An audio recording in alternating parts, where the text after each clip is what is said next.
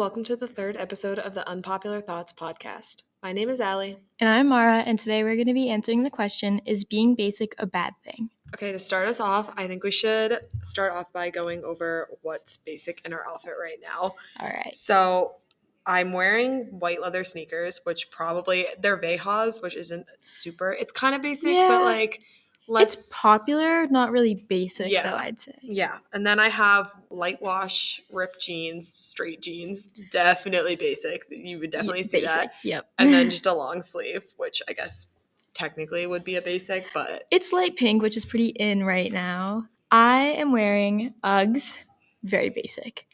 Very basic fall staple, light wash blue jeans. Again, very basic, from PacSun, one of the most basic brands right now. I'm wearing a white tank top and a red sweater from Brandy Melville, which, once again, probably the most basic. And I have, I think, 8 E. Newton bracelets.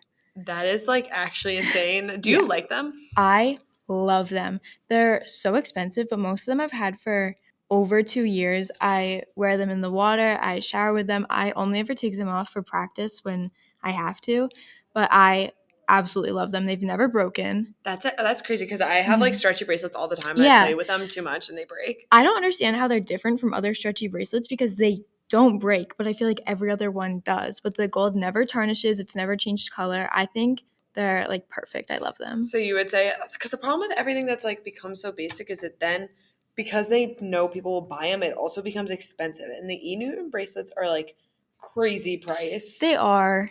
I will say all of mine are gifts, so I never bought any of mine personally. But I feel like it would be worth it because if you're buying like cheaper bracelets, they're more likely to tarnish or rust or break. And then you're just going to have to buy like a new set. And over time, that money would add up to probably more than what E. Newton bracelets cost. Yeah, and that's the problem is like now everything is so overpriced that it's like even the bikini, like if I were to go buy like a good quality bikini that I'm not really going to have to replace every once in a while, I'm going to spend $100. Yeah. And I'm like, this is insane because this is like 2 inches of fabric. Like I don't understand where the pricing comes in because I'm looking at it and I'm like, this is the same quality as my $20 one, but for some reason it's so expensive. Because why is it top $60 and the bottoms are $60? Like sell it together and for cheaper. Like I don't understand how they're so expensive. I get inflation. Look, I get it. Like things are more expensive, but you cannot convince me that it is that expensive that like my tank top should be $30. It's not. It's not that hard to make. I know it isn't. Like, can we go back to like, I would even accept $20 if things were like $20 again. But now like the new $20 is $30. Yeah. And I, as a teenage girl, I do not have that kind of money. Yeah. I understand like you're paying for better quality, but I should be getting the same quality for a lot less. And especially brands where their like target audience is like teenage girls. We don't have that money. Like no one can afford this. Somehow we still buy it. Somehow I'm still making it work, but it's not easy. I know. And it's like even things such as like shoes, which you have to replace so often. Like they get worn down, they get damaged, like they're on the ground, they're outside, they're being weathered, like they're gonna have to get replaced. And things like Uggs, which I'm not a personal Uggs fan, but like things like Uggs, I feel like people wear them so often and then they have to replace them. So like maybe that's the scam. Maybe that's where they're getting us. Yeah. What do you not like about Uggs? I can't get over the rain thing because I'm just such a clumsy person where like when you wear them outside, I know some they have like that spray thingy where it's like it's supposed to keep it. But I'm like, why do I have to buy an additional spray to keep my shoes like the same quality? And then they makes my feet hot. Like I know that's a personal problem, but like it makes my feet hot and then my socks fall off and I'm like, I don't understand what's going on. I don't love the shoe. Oh wait, my Uggs are so weird because I feel like everyone's the second like rain gets on it or like any snow, it's like destroyed. But mine I've had for a few years and they're fine. They don't have any like water damage or anything. Maybe they like changed them because if you said you had them for a few years, they might have like done something different because I literally watch people will like come out of practice and it'll be raining and people will be like, my Uggs are gonna get wet. Should I just go barefoot? I'm like, whoa. Yeah. Your Uggs are gonna get wet. Like, come on, guys, it's a shoe. And I understand that like it makes your feet hot, but I think they're so comfortable. I love wearing them to school because I don't have that problem. Like, so I love it. I think they're the best. I know. And it's like, I know they're like, those Uggs were like popular. Like, when was it? Like the 2000s? Yeah. They were super popular. And then like they kind of died off for a while, but now they're like coming back. And I think it's like, it's the fast fashion. Like things keep like coming back. They keep like renewing themselves. And I don't know if they're coming back for the better. Yeah, I feel like everything that was a trend 20 years ago is becoming a trend again. And Yeah. some things I'm like, yeah, this is good. Like low-rise jeans, for example. Those were popular in like the 2000s and like everyone switched over to high-rise. Low-rise is back and I love it. I do. Like, I also think it like, I don't know why. The problem is we go by trends. We don't go by like what actually like fits. Like I think a lot of times like I'm such a victim of it. I'll buy like these uber high-rise jeans. I'm like, these like don't look good on me. So like I'm like, I need to stop going with the trends. Like, yeah, some things I can never tell if like I actually like it or if it's just or if it's a just fast trend. fashion. Yeah. Yeah. Because I'm sitting here and I'm like, ooh, I should buy this. Like it's new, it's fun, it's shiny. But then I'm like, in 30 years, am I going to look back and be like, what on earth were you thinking? In 1 year, I could look back and be like, what on earth are you thinking? Yes. I'll look at pictures from my sophomore year and I'm like, who let me get out of the house like that? Who let me walk out? Like, because you're trying to do me a disservice by not telling me what I look like right now. And even like in Snapchat, which we talked about in our last episode, like I get the memories come back and I'm like, girl, like, what are we doing? Like, what are we doing? And it's just like, it's because the trends come and go. And then like, because trends come and go, it makes it so people are going to buy cheaper clothing. And like, I think a lot of times they resort to Shein because it's like, it's cheaper. So it's easier to keep up with the trends. Yeah, Shein it's definitely controversial. I'll be honest, I do buy from it, but I mostly just buy things that I know I'm only going to wear a few times. Like my Halloween costumes are from Shein every year because why would I spend like $100 when I could spend $20? But like the material is not very good in most cases. I've had times where the material has been fine, like, but you are paying for a $2 top. Like, yeah, you get what you pay for. Yeah. I just think like the problem with Shein is that like I know that they use like, or I don't know how much to the extent that they use child labor, but I'm just like, I can't get over it. And then like even for Halloween costumes, sometimes I just rather go to Amazon instead of Shein because it's not as cheap, but like you also get it a lot quicker. And I feel like with Shein, there's like a big chance my packages are going missing or like they're just taking 3 weeks to get to you. Yeah, I've never had like really any problems with like getting scammed with Shein, but I know some people have. Yeah, and there's like there's certain brands that are so new that people are like, ooh, everyone's buying from it. But then since everyone's buying from it and they're so new, like all these packages are just getting like lost in the progress. Yeah, and like circling back to the fast fashion, something will become popular and then right away it'll be on Shein. So people are just buying like the cheapest thing. Yeah, it's like overconsumption. Yeah. It's like Shein will just take like whatever's trendy and they'll try to like produce it in a way that's like $5. Yeah. So then like they're kind of like, because I do the prices of other brands are outrageous. Like even like makeup products now, they're so outrageous. My gosh. It's horrible. Like Rhode just sold to e.l.f. Yes. I'm so upset about it because like while the Rhode prices didn't change, the e.l.f. prices did because e.l.f. paid $1 billion to buy the company. And I'm like, okay, like good for you. Like you have $1 billion to buy this company. Awesome. But then they upped every single thing by $1. And e.l.f. was kind of the Shein of makeup. It was like, it's drugstore, but it's still like, it's fine quality. You're not going to die from it.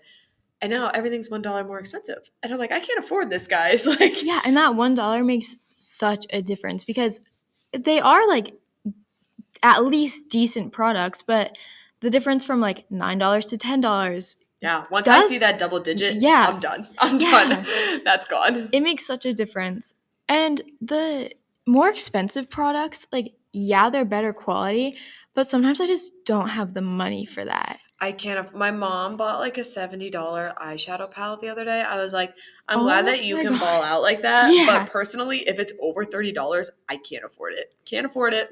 Yeah, or it'll be like a $40 like powder. I have a little Charlotte Tilbury one. Yeah. It's so small. It's tiny. And the prices are so expensive for such a small amount of product. Yes. And now like when you get like hairspray or lip gloss, like they don't fill the containers Yeah. anymore. They're literally trying to scam me. And I know it's like, oh, you need air in there so it doesn't like explode or something.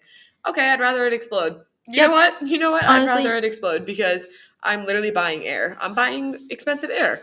Yeah, and it gets to the point with like a lot of makeup brands where you're paying for the brand name.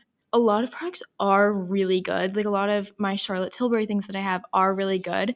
But then some things I'll buy and I'll just be like, this was a waste, but now I have an expensive product. But they're also like drugstore versus like luxury. And it's like, yes, the drugstore is cheaper, but it also could lead to like acne and breakouts. But then like Yeah. back to the being basic thing, like the Charlotte Tilbury setting spray is super basic. But then like there's also the drugstore version. So it's like, Yeah. what do you buy? Because what's better? Do you want Mhm. like you want to risk the like acne and stuff like that because of the product, or do you want to pay the extra amount of money to get Yeah. like probably scammed in a sense? Yeah. And I feel like every single expensive name brand has a dupe of some sort that's like $30 cheaper. Yeah, it is. Like if you could think about like the Dyson hairdryer, which this is outrageous, $600 For a hairdryer? for a hairdryer. I'm like, I like my. Okay, I do have the Shark, which is technically like the dupe of Dyson. Yeah. But I think I got it on Black Friday, and I Mhm. only bought it for like $250, and I use it like probably at least once a week. And I would say Mhm. like, yeah, maybe $250 is more reasonable. $600. That's like That's almost the price of a absurd. phone. Like, what are we doing? What are we Yeah. doing? And full transparency, I'm biased towards Shark because my dad works for the company, but I love my Shark hairdryer. Yeah. I love it so much. All the different attachments, I can do so many things. I can like curl my hair with it. I can just like normal blow dry my hair. I can straighten my hair with it. I think it's so good. And it does the same exact thing as the Dyson for half the price. And still, the Shark is still expensive. But the fact that it's half the price of the Dyson just proves how like overpriced the Dyson is. Because like the thing is that they're like virtually the same item. There's Yeah. a couple of little technology probably so they don't get like sued or Yeah. something. Like I'm pretty sure the Dyson, like the curlers can go both ways with a button, and like you have to switch the heads on the Shark to get a Yeah. different direction of the curl. I'm fine with that. If I get to pay half the price, if I get to knock $300 off, that's fine. I will gladly switch the attachment. I real will quick. switch the attachments 1,000 times before paying double the price. Yeah. And it's like maybe Dyson has better technology. I do see that they come out with like the air straighteners and stuff like that. Mhm. But then like Shark has now started to do the same thing. So Yeah. like it's probably healthy competition, and that's why we can get stuff like the Shark for a cheaper price because yeah, the Dyson was super popular and Yeah. super like everyone wanted to buy it. So then Shark was like, okay, I'll make it half the price. So now they're in like a competition. So I guess it forces them to make better technology, but please, let's not force it at the risk of my bank account. Like, Yeah. please. And going back to like being basic, I feel like the Dyson, so many people bought it just because it was like the biggest trend. I know. Like nobody really genuinely needs a $600 hairdryer. No one even needs a $300 hairdryer, to be honest.